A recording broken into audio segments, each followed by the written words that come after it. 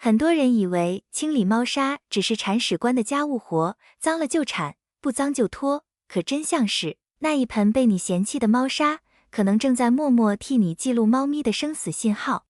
你每一次偷懒，每一次明天再说，对猫来说，都可能是在忍痛硬扛。猫不会开口喊疼，它只会憋着，躲着，慢慢不吃不喝，直到身体真的撑不住了。你看到的是它呕吐，没精神，却不知道它可能已经几天没尿，膀胱胀得像一颗随时会爆的气球，而这一切其实早就写在猫砂盆里了。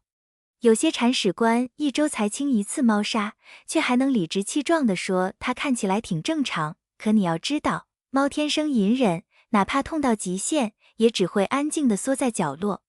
等你发现不对劲，往往已经是医院的诊疗台上。憋尿带来的疼痛、炎症，甚至尿闭，对猫来说不是一时难受，而是真正的折磨。如果你每天多看一眼猫砂，哪怕只是发现尿块变小了，次数变少了，很多悲剧都能提前按下暂停键。猫砂盆从来不只是排泄工具，它是猫咪身体的日报。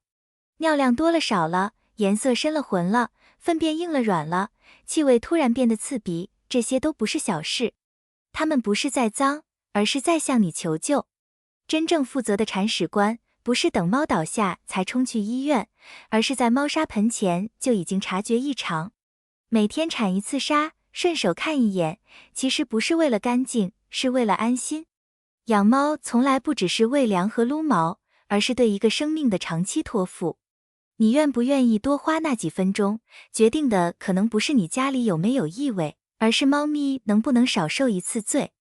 别等到医生一句再晚一点就危险了，才后悔当初那次偷懒。猫砂盆很小，但它承载的是猫咪全部的健康秘密。